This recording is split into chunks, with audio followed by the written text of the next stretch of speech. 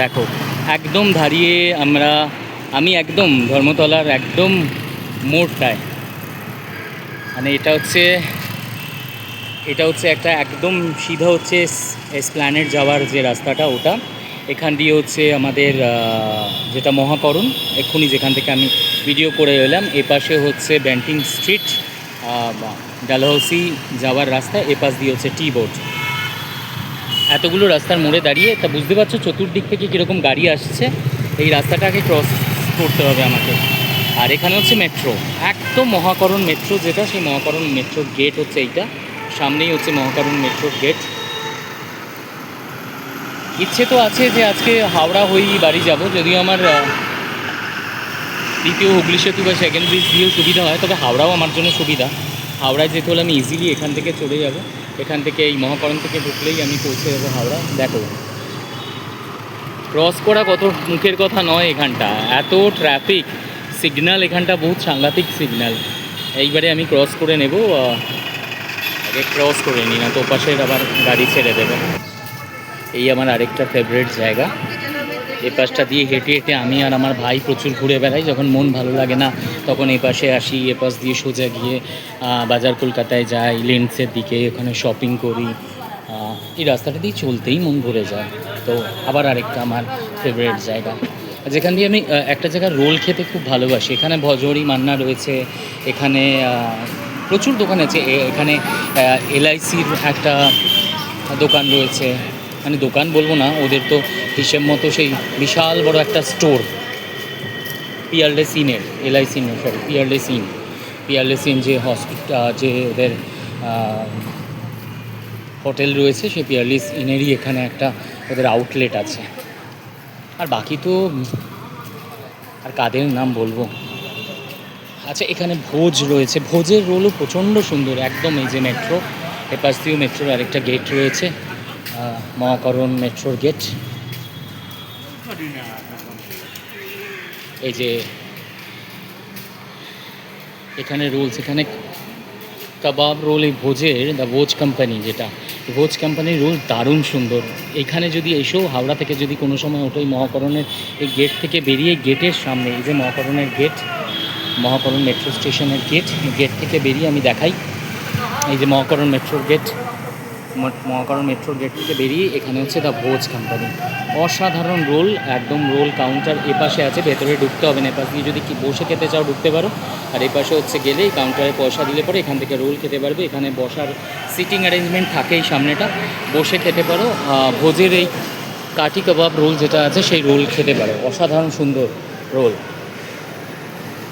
Jute bag যারা কিনতে চায়, প্লাস্টিক তো বন্ধ হয়ে যাচ্ছে, বিশাল বড় ফাইন হবে, তাই জন্য 50 টাকা জোড়া। দেখো কত সুন্দর ব্যাগ সমস্ত, 50 টাকা জোড়া। আস্তে আস্তে সবাই জুটের দিকে এবারে এগোনোটাই উচিত, কারণ প্লাস্টিক বন্ধ করা একদমই যাচ্ছে না বহু বছর ধরে। এই একটাই উপায় আছে, যখন এই প্লাস্টিক বন্ধ হচ্ছে। আর ফাইনের ভয় হবে, ফাইন লাগানো হবে, যে বিক্রি করবেন তাকেও ফাইন 2000 টাকা, আর যিনি কিনবেন তাকেও 2000 টাকার ফাইন। এটা করলে তবে যদি মানুষের শিক্ষা হয়, তবে যদি মানুষের বোধ যেটা আছে সেই বোধটা যদি ভেতরেতে জন্মায়, কারণ চাপ না পড়লে তো বাপ বলে না, তাই জন্য চাপ দেওয়াটা খুব দরকার। আজকে বহু দোকান, মানে ফুটপাত বন্ধ এই জন্যই, এই বৃষ্টির জন্য। মনসুন তো মোটামুটি এসে গেছে, এমন উল্টোপাল্টা বৃষ্টি হচ্ছে যার জন্যই এই জায়গাটা বন্ধ। অনেক দোকান, এই সমস্ত দোকান বন্ধ থাকে না অ্যাকচুয়ালি, কিন্তু এই বৃষ্টির জন্যই হয়তো বন্ধ, কারণ এত দোকান তো একসঙ্গে বন্ধ থাকে না। যারা ছোটোখাটো জিনিস ফুটপাত থেকে কিনতে ভালোবাসো, মানে আমাদের এই এসপ্ল্যানেড যারা ভিজিট করো, তাদের জন্য একদম বেস্ট জায়গা, তারা কিন্তু এখানে এসে কিনতেই পারে।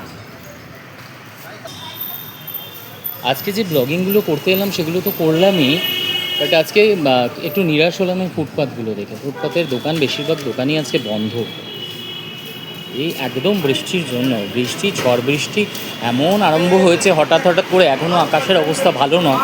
আর এখানে যেহেতু বসার কোনো জায়গা সেরকম নেই, মানে একদম খোলা আকাশের নিচে, প্লাস্টিক দিলেও কিন্তু বৃষ্টি ঝড়ের থেকে রেহাই পাওয়া কিন্তু খুব মুশকিল। আচ্ছা এবারে না যারা যারা কলকাতায় আসো মোটামুটি এরকম যেরকম দেখালাম যে 50 টাকায় দুটো এরকম ব্যাগ, তারা জুটের ব্যাগ তারা কিনতে আরম্ভ করো। কারণ এই জুটের ব্যাগ কিছুদিন বাদে লাগবে, তখন কিন্তু বিশাল দাম হয়ে দাঁড়াবে। যখন প্লাস্টিক বন্ধ হয়ে যাবে, যখন প্লাস্টিক ইউজ করতে পারবে না, তখন এই জুটের ব্যাগেরই কিন্তু দাম মানে অসম্ভব বেড়ে যাবে। তাই জন্য প্রয়োজন আছে যখন, আর কিছুদিন বাদে যেটা সঙ্গী হয়ে যাবে, সেই সমস্ত জুটের ব্যাগ কিন্তু নিতে পারো, জুটের ব্যাগ কিনতে আরম্ভ করো। কারণ প্লাস্টিক কিন্তু খুব তাড়াতাড়ি বন্ধ হতে চলেছে, জানো সেপ্টেম্বর থেকে লাগু হয়ে যাবে প্লাস্টিক বন্ধ। ভর্তি করে জুটের ব্যাগ কিনে রাখো এখন দামটাও আয়ত্তের মধ্যে। কত জুটের ব্যাগ কাকা? আচ্ছা এরকম সাইজগুলো এই যে এইগুলো কী দামে? আচ্ছা এগুলো 70 টাকা, কিন্তু এগুলো তো ধোয়াও যাবে, নষ্ট হবে না?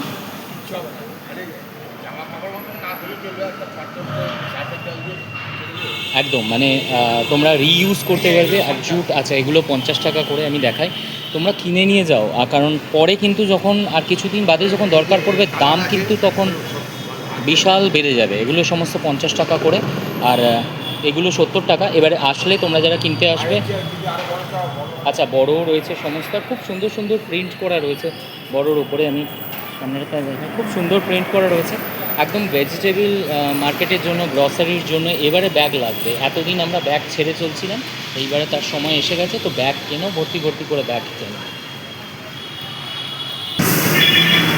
গাড়ির কিন্তু আধিক্য আছেই, ফুটপাত সেরকম ভর্তি নেই, ফুটপাতে লোকজন নেই। বিএসএনএলের অফিসটাকে দেখাই এখানেতে। এপাশেই হচ্ছে আমি যেখানটা দাঁড়িয়ে রয়েছি, সামনেটাই হচ্ছে কারেন্সি বিল্ডিং।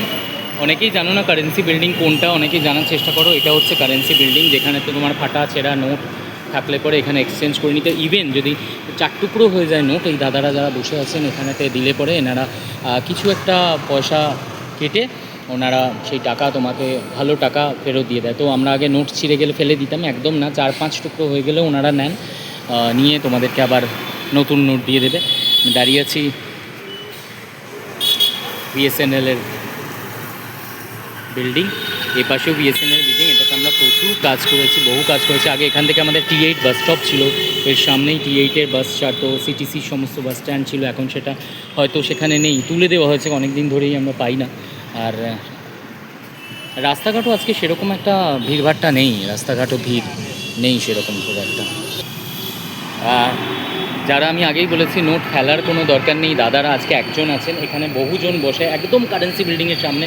যদি কারোর নোট এরকম টুকরো হয়ে যায়, 500 টাকার নোট, আমি যেমন দাদাকে জিজ্ঞেস করলাম যে আগে কারেন্সি বিল্ডিংটা দেখিয়ে দিই তোমাকে, এই বিল্ডিংয়ের ভেতরে ঢোকা যায়, তোমরা ঢুকতে পারবে, কিন্তু আমি এখনও পর্যন্ত ঢুকিনি। কারণ কারেন্সি বিল্ডিংয়ের ভেতরে ঢুকেছি, কাজের ক্ষেত্রে ঢুকেছি।